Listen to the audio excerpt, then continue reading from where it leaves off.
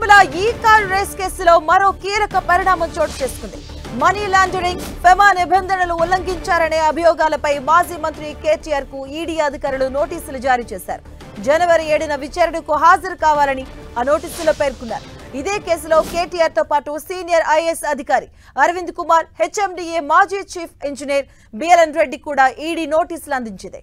అయితే వారిని మాత్రం జనవరి 2 లేదా 3 తేదీల్లో విచారణకు రావాలని ఈ నోటీసులో ఈడీ తెలిపింది. అయితే ఏసీబీ నమోదు చేసిన ఎఫ్ఐఆర్ ఆధారంగా పిఎంఎల్ఏ కింద విచారణ చేపడుతున్న ఈడీ ఆ ముగ్గురు ఫెమా నిబంధనలను ఉల్లంఘించినట్లుగా ఇప్పటికే గుర్తించినట్లుగా సమాచారం. ఇక ఎఫ్ఈఓకు 55 కోట్ల నగదు బదిలీ, ఆర్థికపరమైన అవకతవకలు జరిగినట్లుగా ఈడీ అధికారులు అనుమానాన్ని వ్యక్తం చేస్తున్నారు. ఈ క్రమంలోనే ఫార్ములా ఈ కార్ రేస్ కేసులో జనవరి 7న విచారణకు హాజరు కావాలంటూ మాజీ మంత్రి కేటీఆర్ కు నోటీసులు జారీ చేశారు.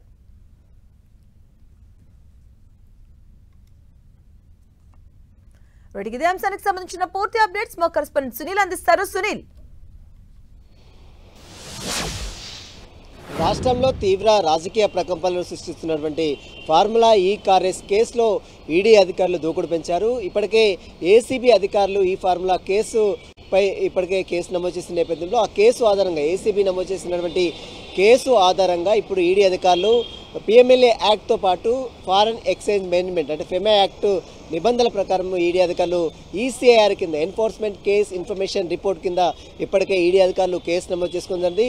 ఇక తాజాగా ఈరోజు మాజీ మంత్రి బీఆర్ఎస్ వర్కింగ్ ప్రెసిడెంట్ కేటీఆర్తో పాటు అటు సీనియర్ ఐఏఎస్ అధికారి అరవింద్ కుమార్కి, మరోవైపు హెచ్ఎండిఏ చీఫ్ ఇంజనీర్గా మాజీ చీఫ్ ఇంజనీర్గా ఉన్న బిఎల్ఎన్ రెడ్డికి ముగ్గురికి కూడా నోటీసులు జారీ చేశారు. జనవరి 7వ తేదీన ఈడీ విచారణకు హాజరు కావాలంటూ కూడా మాజీ మంత్రి బీఆర్ఎస్ వర్కింగ్ ప్రెసిడెంట్ కేటీఆర్కి ఈడీ అధికారులు నోటీసులు జారీ చేశారు. మరోవైపు అరవింద్ కుమార్ని జనవరి 2వ తారీఖు, అదేవిధంగా బిఎల్ఎన్ రెడ్డికి జనవరి 3వ తారీఖున విచారణకు హాజరు కావాల్సిందిగా ఈడీ అధికారులు భావిస్తున్నారు. ప్రధానంగా ఈ ఫార్ములా కేసులో దాదాపు 54 కోట్ల మేరకు నిధులు ఈ ఎఫ్ఈఓ కంపెనీకి బదిలీ అయినట్లు ఇప్పటికే ఏసీబీ అధికారులు గుర్తించారు. ఏసీబీ అధికారులు నమోదు చేసినటువంటి కేసు ఆధారంగా ఈడీ అధికారులు ఈసీఆర్ కింద కేసు నమోదు చేసుకుందండి. ప్రస్తుతం అయితే ఈడీ అధికారులతో పాటు ఏసీబీ అధికారులు దర్యాప్తు చేస్తున్నారు. ఇప్పటికే ఏసీబీ అధికారులు నమోదు చేసిన కేసుని సవాల్ చేస్తూ కేటీఆర్ హైకోర్టులో పిటిషన్ దాఖలు చేయనుంది. ఆ పిటిషన్పై విచారించిన కోర్టు కేటీఆర్ని అరెస్ట్ చేయొద్దంటూ ఈ నెల 31 వరకు అరెస్ట్ చేయొద్దంటూ కేటీఆర్ను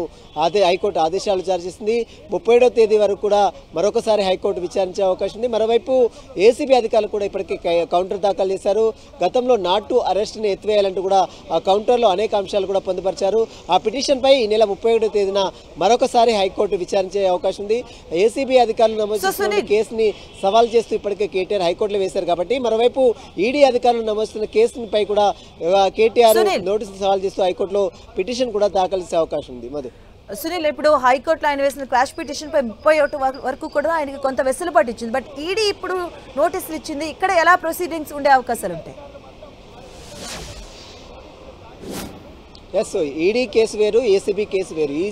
ఏసీబీ అనేది రాష్ట్ర పరిధిలో ఉంటుంది, ఈడీ అనేది కేంద్ర పరిధిలో ఉంటుంది. కాబట్టి ఖచ్చితంగా పిఎంఎల్ఏ యాక్ట్తో పాటు ప్రివెన్షన్ ఆఫ్ మనీ లాండరింగ్ యాక్ట్తో పాటు FEMA act, foreign exchange management act, ఈ 2 యాక్ట్ల నిబంధనలు ఉల్లంఘించారనేది ఈడీ అధికారుల ప్రధాన అభియోగం. కాబట్టి ఇప్పటికే ఈసీఆర్ కింద కేసు నమోదు చేశారు. ఫారెన్ ఫండ్స్ అంటే విదేశాలకి ఏ విధంగా డబ్బులు పంపారు, అదేవిధంగా ఆర్బీఐ అప్రూవల్ లేకుండా ఏ విధంగా పంపారు, ఫైనాన్స్ సెక్రటరీ అప్రూవల్ లేకుండా ఏ విధంగా పంపారు, క్యాబినెట్ ఆమోదం లేదు, వీటన్నిటి అంశాలపై కూడా ప్రస్తుతం ఈడీ అధికారులు లోతుగా దర్యాప్తు చేసే అవకాశం ఉంది.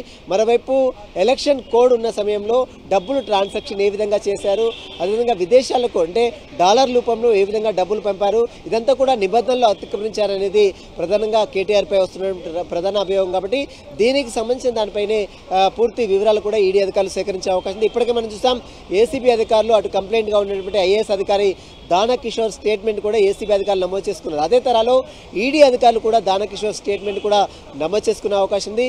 మరోవైపు ఇప్పటికే ఏసీబీ ఎఫ్ఐఆర్ను సవాల్ చేస్తూ హైకోర్టులో పిటిషన్ వేసినటువంటి కేటీఆర్, మరోవైపు ఈడీ అధికారులు ఇచ్చిన నోటీసులు సవాల్ చేస్తూ కూడా హైకోర్టుని ఆశ్రయిస్తారనేటువంటి సమాచారం తెలుస్తుంది.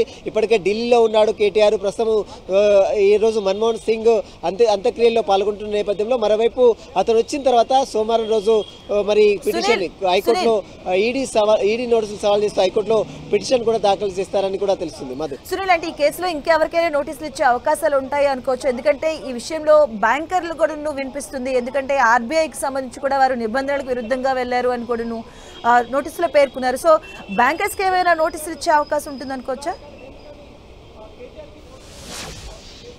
ప్రస్తుతం వీరి దగ్గర నుంచి వివరాలు సేకరించిన తర్వాత అన్ని ఎవిడెన్స్ కలెక్ట్ చేసిన తర్వాత హిమాయత్ నగర్లో ఉన్నటువంటి ఇండియన్ ఓవర్సీస్ బ్యాంక్ నుంచి ఈ డబ్బులు మొత్తం కూడా బదిలీ అయినట్లు కూడా తెలుస్తుంది. కాబట్టి హిమాయత్ నగర్ సంబంధించినటువంటి బ్రాంచ్ మేనేజర్ ఎవరైతే ఉన్నారో ఆ మేనేజర్ని కూడా పిలిచి విచారించే అవకాశం. ప్రస్తుతం అయితే ముగ్గురికి మాత్రమే, కేటీఆర్కు, మరోవైపు అరవింద్ కుమార్కు, అదేవిధంగా బిఎల్ రెడ్డి, ముగ్గురికి మాత్రమే అటు నోటీసులు ఈడీ అధికారులు జారీ చేశారు. జనవరి 7వ తారీఖున ఈడీ విచారణకు కేటీఆర్, మాజీ మంత్రి, బీఆర్ఎస్ వర్కింగ్ ప్రెసిడెంట్ కేటీఆర్ విచారణకు హాజరు కావాల్సిందే అన్నట్టు ఇప్పటికే ఈడీ అధికారులు నోటీసులు జారీ చేశారు. దీంతో పాటు మరోవైపు అటు అరవింద్ కుమార్కి, మరోవైపు బిఎల్ రెడ్డికి ఇద్దరు కూడా నోటీసులు సర్వ్ చేశారు. కాబట్టి వారికి సంబంధించిన దాంట్లో మరి ఈడీ విచారణకు హాజరవుతారా, లేదా ఈడీ విచారణ ఎదుర్కొంటారా, లేదా ఈడీ విచారణ సవాల్ చేస్తూ అటు నోటీసులు సవాల్ చేస్తూ మళ్ళీ హైకోర్టులో పిటిషన్ దాఖలు చేస్తారు. ఎందుకంటే ఏసీబీ ఎఫ్ఐఆర్ను సవాల్ చేస్తూ హైకోర్టులో పిటిషన్ దాఖలు చేశారు. కాబట్టి ఇప్పుడు ఈడీ అధికారులు నమోదు చేసిన కేసుతో పాటు నోటీసులు సవాల్ చేస్తూ హైకోర్టులో కూడా పిటిషన్ దాఖలు చేసే అవకాశం ఉన్నట్లు కూడా కొంత సమాచారం తెలుస్తుంది. కేటీఆర్ ఢిల్లీ నుంచి వచ్చిన తర్వాత దీనిపై లీగల్ ఒపీనియన్ తీసుకున్న తర్వాత హైకోర్టులో ఈ పిటిషన్ ని మూవ్ చేసే అవకాశం కూడా ఉన్నట్లు తెలుస్తుంది. మధు, సునీల్, ఈ అంశానికి సంబంధించి కూడా ముఖ్యంగా అరవింద్ కూడా అప్రూవర్ గా మారే అవకాశాలు ఉన్నాయి. సో అలా అయితే ఒకవేళ ఎలా ఉండే ఛాన్సెస్ ఉంటుంది, ప్రొసీడింగ్ ఎలా ఉండే అవకాశం ఉంటుంది? ఎస్, ప్రస్తుతం అయితే కేటీఆర్కు మొత్తం కూడా గతంలో మీడియా సమావేశంలో కూడా కేటీఆర్ అనేక సందర్భాల్లో చెప్పారు, తాను ఆదేశాలు ఇస్తేనే అరవింద్ కుమార్ ఈ డబ్బులు మొత్తం కూడా బదిలీ చేశారని చెప్పారు. అయితే అరవింద్ కుమార్ మాత్రము ఇప్పటికే ఒకవేళ అప్రూవల్గా మారితే, దీనికి సంబంధించిన ఈడీలో కానీ ఏసీబీలో కానీ అప్రూవల్గా మారితే కేటీఆర్ ఈ కేసులో కొంత సమస్య ఎదురయ్యే అవకాశం ఉంది. కేటీఆర్ని కార్నర్ చేసే అవకాశం ఉంది. ఖచ్చితంగా ఈ కేసులో మనం గతంలో అనేక కేసులలో చూస్తాం. అప్రూవల్గా మారినటువంటి వ్యక్తులు ఆ తర్వాత అసలు దోషులు ఎవరైతే ఉన్నారో వారికి శిక్షలు పడ్డ కేసులు కూడా మనం చూస్తాం. ఆ తర్వాత ఇప్పుడు అరవింద్ కుమార్ కనుక ఒకవేళ అప్రూవల్గా మారితే మాత్రం కేటీఆర్ ఈ కేసులో ఖచ్చితంగా అటు ఎదుర్కొనే అవకాశం ఉంది. ఖచ్చితంగా లీగల్గా ఫైట్ చేయాల్సిన అవసరం ఖచ్చితంగా ఉంటుంది. కాబట్టి మరి చూడాలి ఈ కేసులో కేటీఆర్ వచ్చిన తర్వాత. కేటీఆర్ ఢిల్లీలో ఉన్నాడు, ఇప్పటికే అటు మన్మోహన్ సింగ్ అంత్యక్రియలో ఈ రోజు పాల్గొంటారు. కాబట్టి కేటీఆర్ వచ్చిన తర్వాత ఈడీ నోటీసులకు సంబంధించిన దానిపై కూడా మరి ఎలా స్పందిస్తాడు, మరి దీనికి సంబంధించి కోర్టుని ఆశ్రయిస్తారా, లేదా మరి ఖచ్చితంగా విచారణకు హాజరవుతారా లేదా అనేది కూడా